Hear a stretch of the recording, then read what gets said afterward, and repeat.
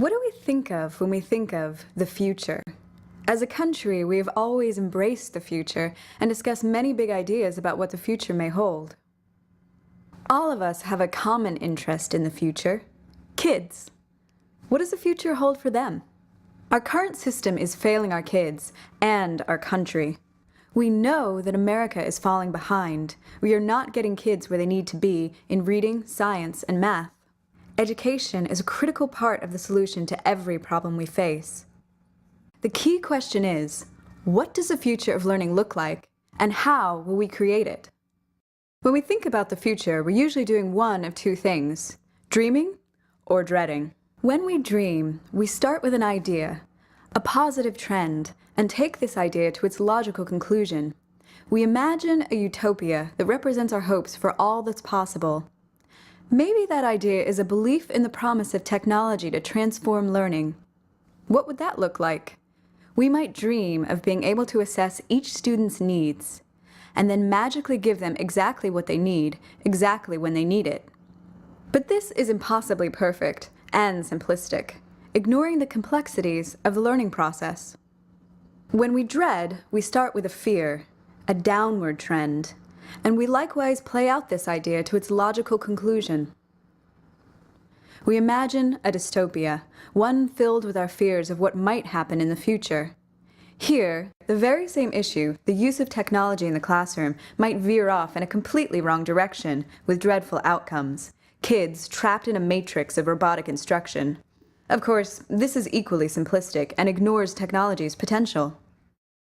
Whether dreaming or dreading, our role in the future we imagine is usually passive, where the future is something that happens to us and to those around us.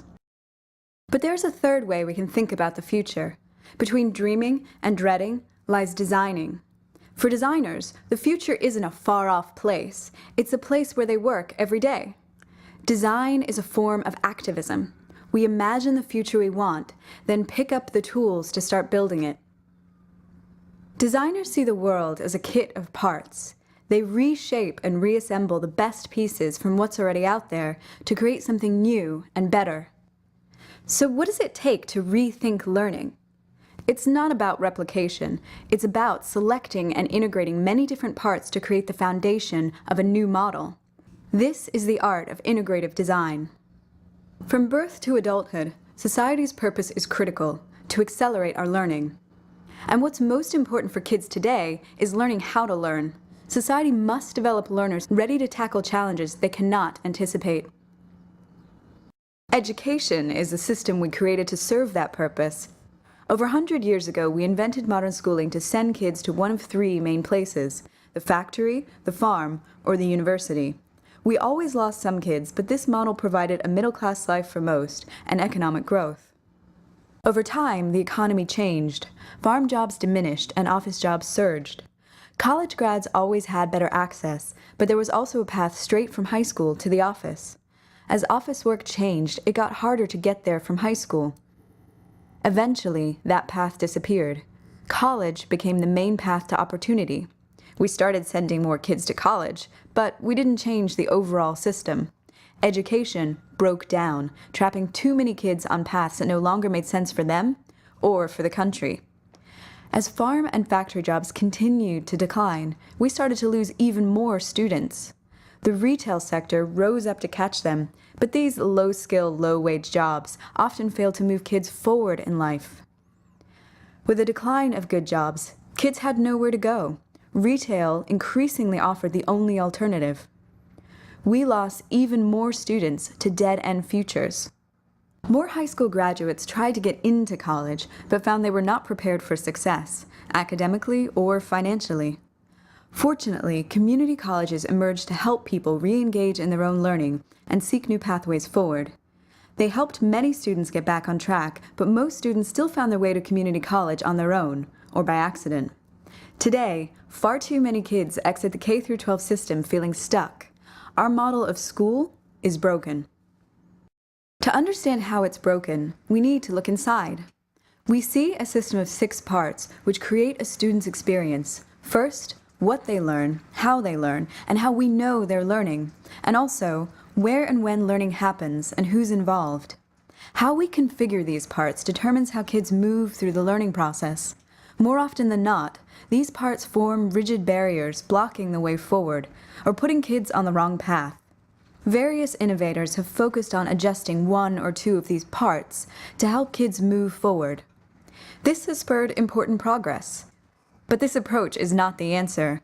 What we need is learning integrated, by design, addressing all parts at once rather than one or two in isolation.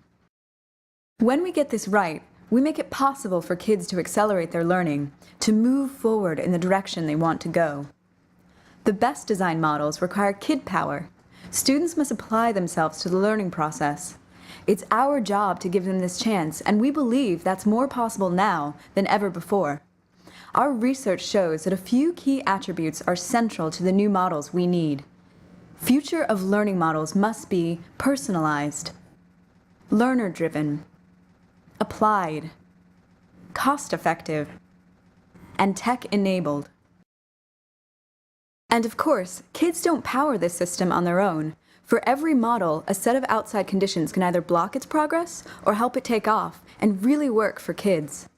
Without the right conditions, better models cannot take hold and scale. But just imagine what the future of learning would look like if we aligned these new models with the conditions that help them succeed. It would be a future where schools help kids get what they need to become successful learners and to accelerate their learning. But while school remains critical, it's not the only place where learning happens. Kids must be able to explore all their opportunities for learning, both in school and beyond. When we create a single integrated system, students will practice becoming lifelong learners, ready to go on to college or good jobs, ready for the challenges and opportunities of the future that awaits them. This is society's new purpose. We're already mapping this new learning ecosystem. We call our map the Human Capital Continuum, the paths that learners travel from birth to age 26 as they prepare for success in the adult world, and where far too many get stuck at key transition points. At Two Revolutions, we design and launch future of learning models and help catalyze the conditions within which they can thrive. We are partnering with forward-thinking governments, funders, nonprofits, and entrepreneurs to innovate all across the human capital continuum. Visit us at tworevolutions.net.